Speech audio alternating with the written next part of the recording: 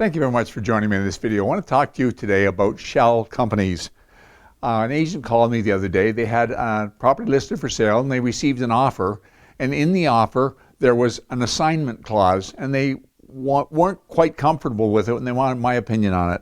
And after reading it, I wasn't comfortable with it either.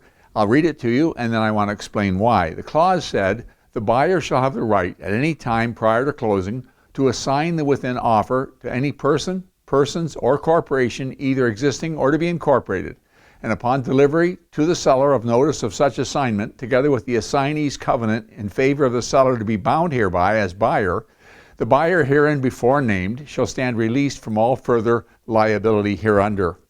Well-written clause. I imagine a lawyer wrote it up. I've seen it several times. It may even be one of the templated ones that's provided by REA.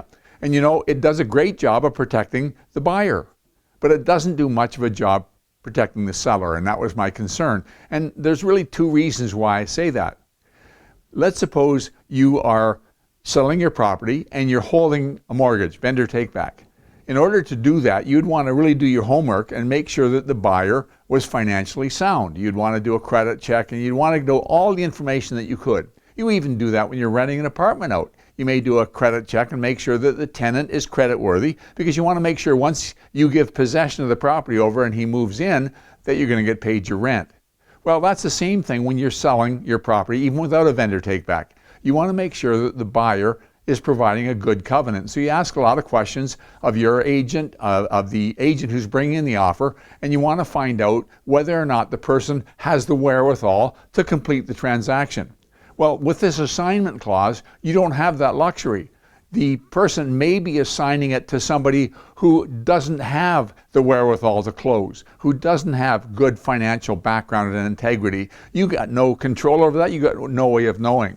And so it may blow up on closing, and you can't go back to the original buyer who you were comfortable with because he's released from all further liability. So got a problem with that.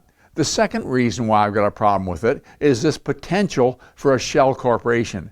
It says that the buyer has the right prior to closing to assign the within offer to any person, persons, or corporation either existing or to be incorporated.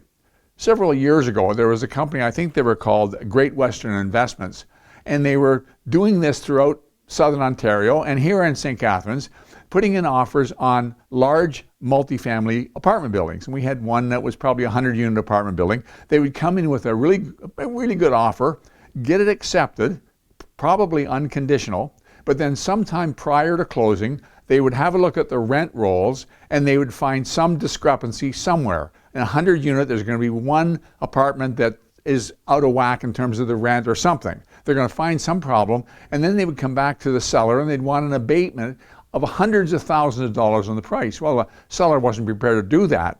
And so what the buyer would do is they'd say, fine, we're going to register a caution on title, a notice of pending litigation, and tie up the property. And that really tied the seller's hands. With that in place, he couldn't refinance if his mortgage came to due because the lender would be in second place to this lien when it was lifted and then put back on, and he couldn't sell it because of the lien on title. And the buyer was working on the assumption that because he had the seller backed into a corner, he would have to give in and give him that great abatement in price. Now, the seller could sue the buyer, but the problem is when you sue for breach of contract, you normally have two things that you can get some relief from. One is the deposit. The court's going to order the forfeiture of the deposit if the buyer's in breach. But the other is you can sue for damages. And in this case, there was a lot of damages. But if you're suing a corporation that's a shell company, you can get judgment against them. And probably because it would have to go to the full court rather than small claims court, it might have taken a long, long time to get there. The judgment isn't worth anything because the corporation has no assets. They just close the corporation down and move on. So the seller is at a very limited, handicapped position when he's dealing with a corporation that's to be incorporated and will have no assets. So I've suggested that you change that clause, the bottom end of the clause, and change it to this. And upon delivery to the seller of notice of such assignment, together with the assignee's covenant in favor of the seller to be bound hereby as buyer, The buyer herein before named shall remain personally liable for the fulfillment of the contract. Now, if you've got a bona fide buyer, he shouldn't have a problem signing this. It's not as though he's going to be tied into the transaction long after closing. He's just committed to bring it to closing. And if he has enough confidence to assign it to this new buyer, he should have enough confidence to stand with it to close. And if he hasn't, then why should he expect the seller to as well? So I think it needs to be brought to the seller's attention, and I think this clause needs to be changed. Now, it may be under certain circumstances you wouldn't want to change the clause. Let's suppose it's a really good offer. Let's suppose it's a difficult property to sell. It's been on the market for some time. And let's suppose it has a really good deposit.